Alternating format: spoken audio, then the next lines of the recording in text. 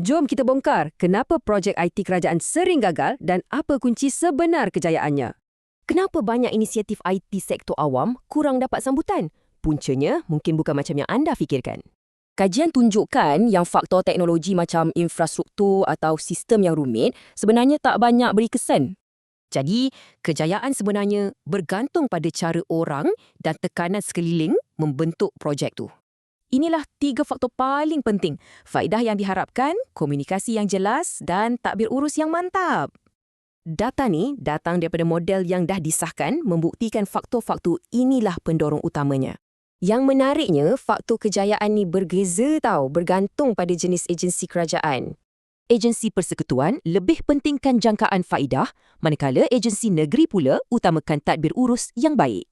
Bagi agensi persekutuan, model ni hampir 75% tepat dalam meramalkan kejayaan. Untuk agensi negeri pula, ketepatannya 65%. Pemacunya lain tapi tetap penting. Okey, jadi macam mana agensi anda nak guna maklumat ni? Kajian ni ada jawapannya.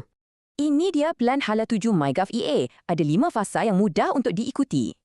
Ingat, tadbir urus yang baik ni sangat penting, terutamanya di peringkat negeri, untuk pastikan semua orang jelas peranan masing-masing. Nah, ini senarai semak ringkas untuk anda mula.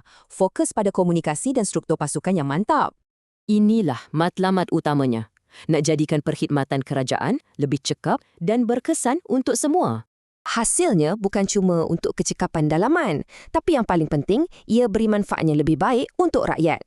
Jadi, persoalan terakhir untuk direnungkan, adakah agensi anda dah fokus pada perkara yang betul?